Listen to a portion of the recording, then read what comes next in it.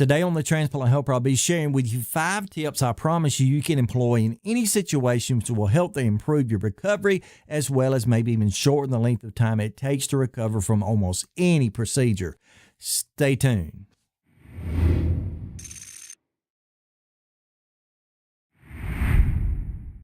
Hey folks, welcome to the Transplant Helper again today. My name is Jim Merle. You might notice here on the program the last few weeks, I've been talking about the number 5 an awful lot. And most of you already realize from watching those other programs that this all has to do with my 5th year heart transplant anniversary and the celebration of it. And it does seem like a lot of times when I sit down to talk about things or to cover subjects like this, the number 5 just kind of seems to be pretty appropriate. And in my mind, today is no different than that. Today I'm going to share with you 5 tips you can employ in your life at any point to help you to more quickly and easily recover from almost any procedure. Now let's jump right into this. These will all seem simple, and that's with good intention. But number 1, the first thing you need to do is get in. And what I mean by that, let's just suppose for a moment you just had a surgery or a procedure or whatever it is, and there's a little bit of pain associated with that. The reason you need to get in is because you need to be taking your medications, particularly letting those doctors, nurses, technicians, whoever's involved,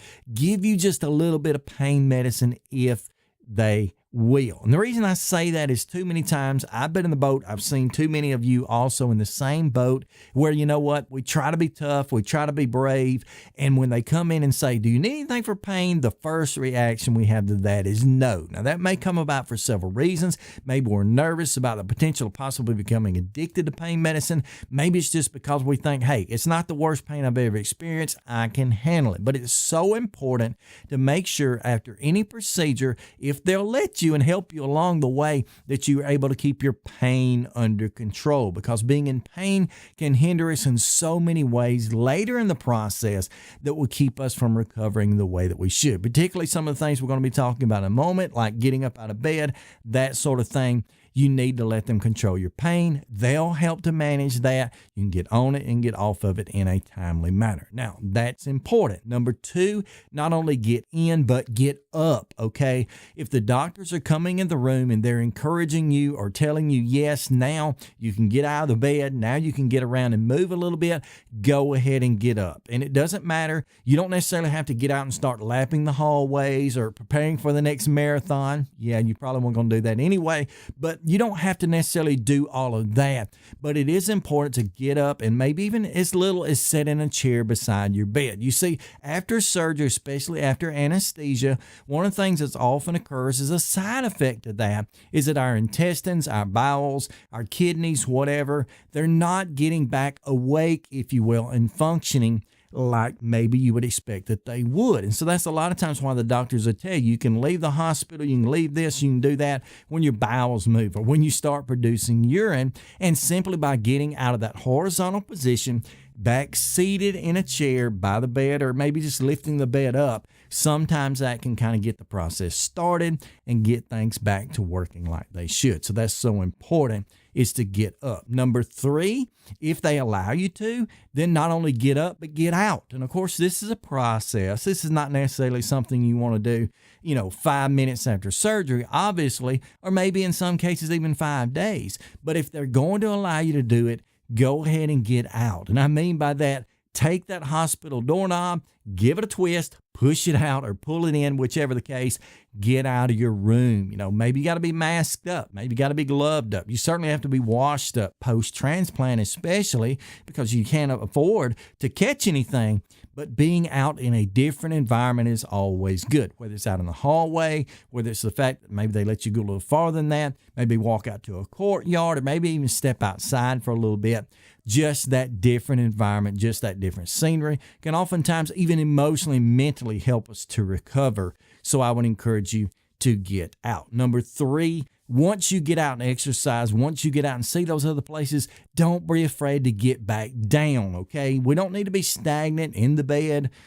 Although we need our rest, we don't need to be bedridden after any kind of procedure, but it's important that we do get our rest. So get back down, get back in that bed, turn back on that television, open up that book, pull out your phone, whatever. Do something to keep you resting I would say at least 50% or more of the time, okay? And it depends on the surgical procedure. It depends on what's been done, but you may need more or less rest than that. But be sure you're getting adequate rest, especially at night, by getting down. And then with that said, once you've gotten in, taken your meds as you need to, gotten up, even sitting beside your bed, gotten out, and then gotten down, now it's time to get on. And I mean by that, get on with life, okay?